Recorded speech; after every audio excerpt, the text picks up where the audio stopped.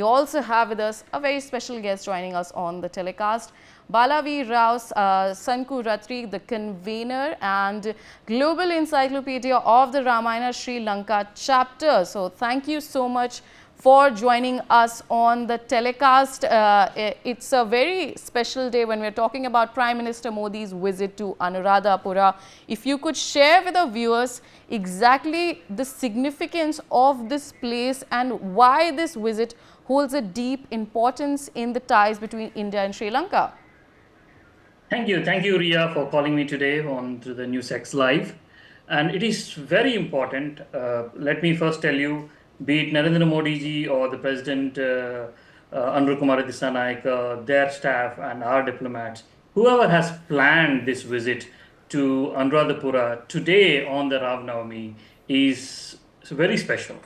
See, it is a straight message to both the countries and to the people around the world that we both are connected deep-rootedly. So we have a great cultural connection, be it Buddhism, be it Ramayana, etc.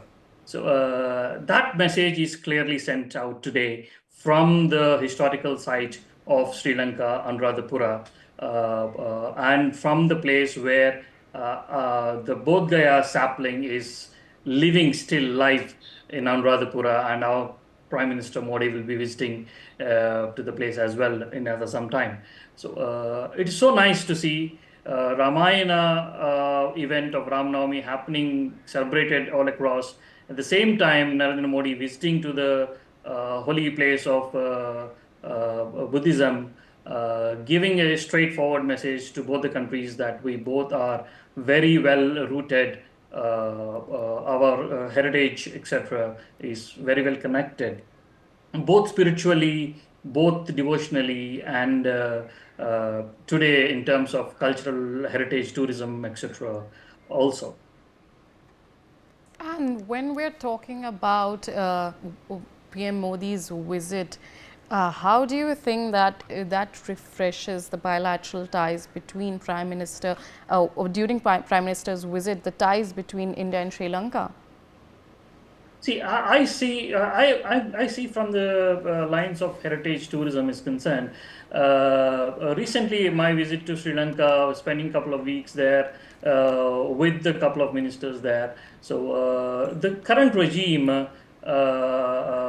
with head by Kumara Dissanayake, the President of Sri Lanka, and Foreign Affairs Minister Vijita Herath, also the Minister of Tourism, and the Deputy Minister Ruwan Ranasinghe.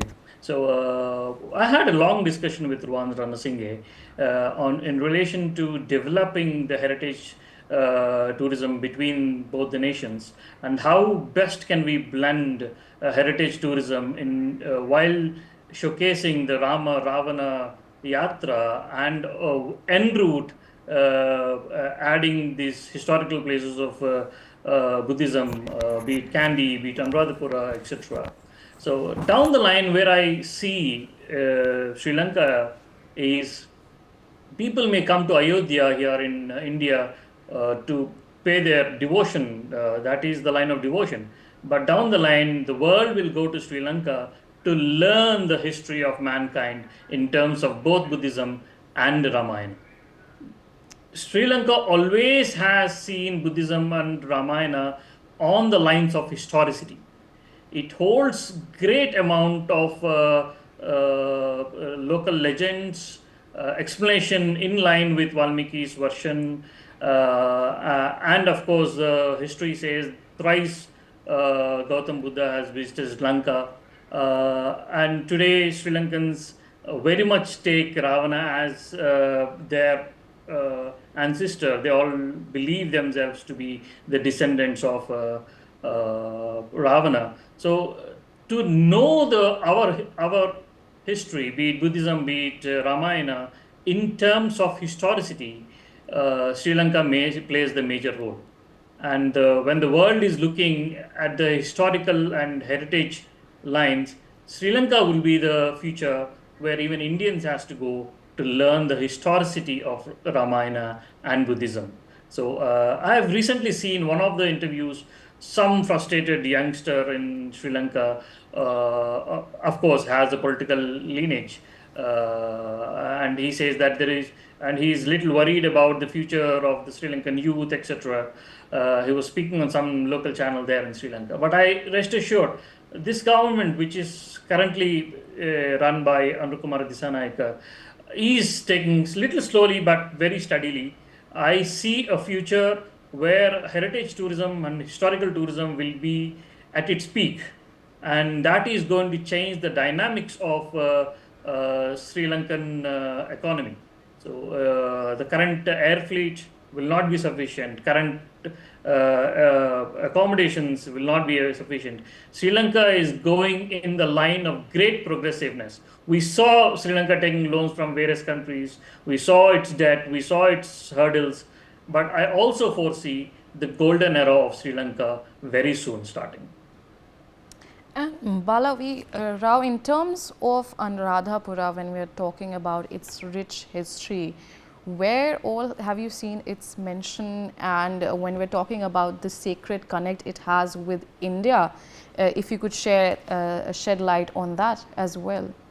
Yeah, see, Anuradhapura is the ancient historical city, and in the somewhere around the 3rd century BCE, like you said in your briefing, where Sangamitra, daughter of Ashoka, has visited Sri Lanka. At the same time, even Mahinda was there, the son of Ashoka. So it was that time this Anuradhapura, the kingdom, took Buddhism, adopted Buddhism, and then on the whole country has adopted Buddhism at that time. And it was during that time this Anuradhapura is having the sapling of Bodhi tree, which is still, the saplings are well restored from time to time. And today's sapling, whatever is there in Anuradhapura, is the sapling of the same Bodhi tree under which Gautam Buddha got his enlightenment. That is the place. And I happened to visit Anuradhapura in the close proximity of Anuradhapura. I mean, within Anuradhapura city itself, there is a Mihintalai Rajavihara. I happened to meet the Teru, the next generation Teru there. I also happened to meet other Terus in Kurunegala, etc. in the recent past. So, see, the cultural connection with Anuradhapura to India is very deep. So, any person who goes from India to Sri Lanka, Anuradhapura is one place where one must have to visit, irrespective of the religion. It is because of the historical connection, one has to visit the place. Today, you go to Anuradhapura, I just recently visited. You have such a beautiful greenery. You pass through those lakes. You pass through that. You feel like as if you are walking in the heavens. It's so beautiful place. So, one has to visit that place to enjoy the place. You have that when you pass through that lakes, you take the path, or you walk, or you take your vehicle, and you see all those lotuses across. It is amazingly beautiful. It is extraordinarily beautiful in that place. Also, when we're talking about Sri Lanka and the challenges that Sri Lanka has gone through, what do you think currently when we're talking about the economic challenges that still remain in Sri Lanka? Yes, Sri Lanka has gone through a very bad state, and no doubt about it.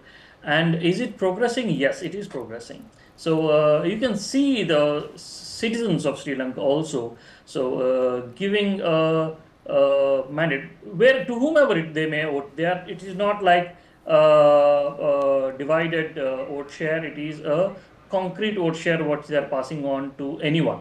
So they are no doubt testing their leaders.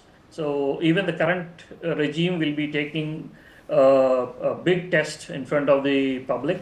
The plans, what I see, because I'm closely working with the tourism department out there, I can see the long-term plans are very well getting planned so far. Because I see in the difference, what I see from the before regimes and today's regime is, so before regimes have more seen a short-term goals.